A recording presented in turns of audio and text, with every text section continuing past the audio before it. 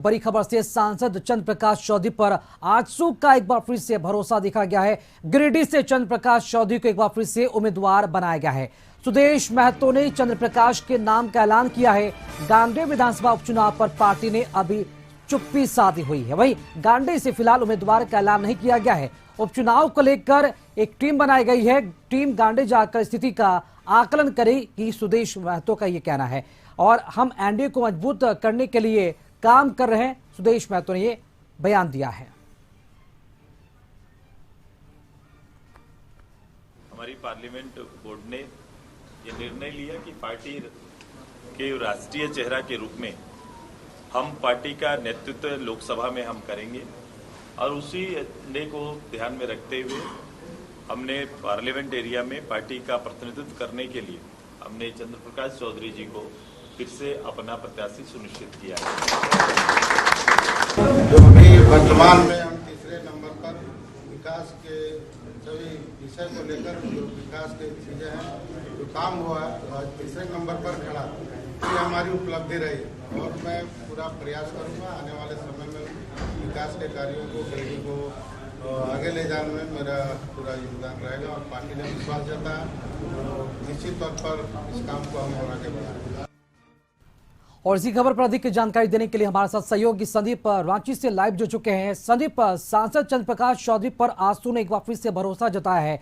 क्या माना जाए कि चंद्र प्रकाश चौधरी के ट्रैक रिकॉर्ड को देखते हुए एक बार फिर से पार्टी उन्होंने गिरिडीह लोकसभा क्षेत्र से टिकट दिया है? संदीप,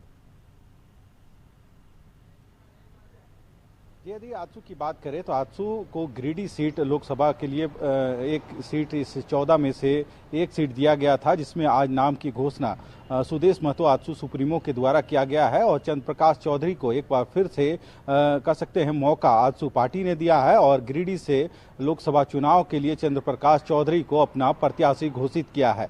हालांकि यदि एनडीए की बात करें तो एनडीए पहले ही 13 जो लोकसभा क्षेत्र है वहां पे प्रत्याशियों की घोषणा कर चुकी है और 14वां जो लोकसभा सीट थी उसके लिए आजसू को अधिकृत किया गया था, यानी आजसू को एक सीट दिया गया था, जिसपे आज आजसू ने अपनी बैठक के उपरांत जो घोषणा है प्रत्याशी का उन्होंने कर दिया है। हालांकि यदि चंद्र प्रकाश चौधरी की बात की जाए तो पिछले 5 वर्षों तक गिरिडीह की जनता के लिए जो उन्होंने काम किया है या फिर जो रिकॉर्ड था वो भी इससे पहले उन्होंने सार्वजनिक किया था और कहीं न कहीं आजसू पार्टी ने एक बार फिर से चंद्र प्रकाश चौधरी पर भरोसा जताया है और लोकसभा चुनाव के लिए गिरिडीह से उनको उम्मीदवार बनाया गया है। हालांकि सुदेश महतो ने साफ तौर पे कहा है कि एनडीए जो घटक दल में हम शामिल है और मोदी जी को कैसे और अधिक मजबूत किया जाए इस दिशा में लगातार प्रयास है। हालांकि 13 सीटों पर बीजेपी चुनाव लड़ रही है और एक सीट पे आजसू अपना प्रत्याशी दे रही है, तो सभी 14 सीटों पर आजसू के कार्यकर्ता जो आजसू के नेता हैं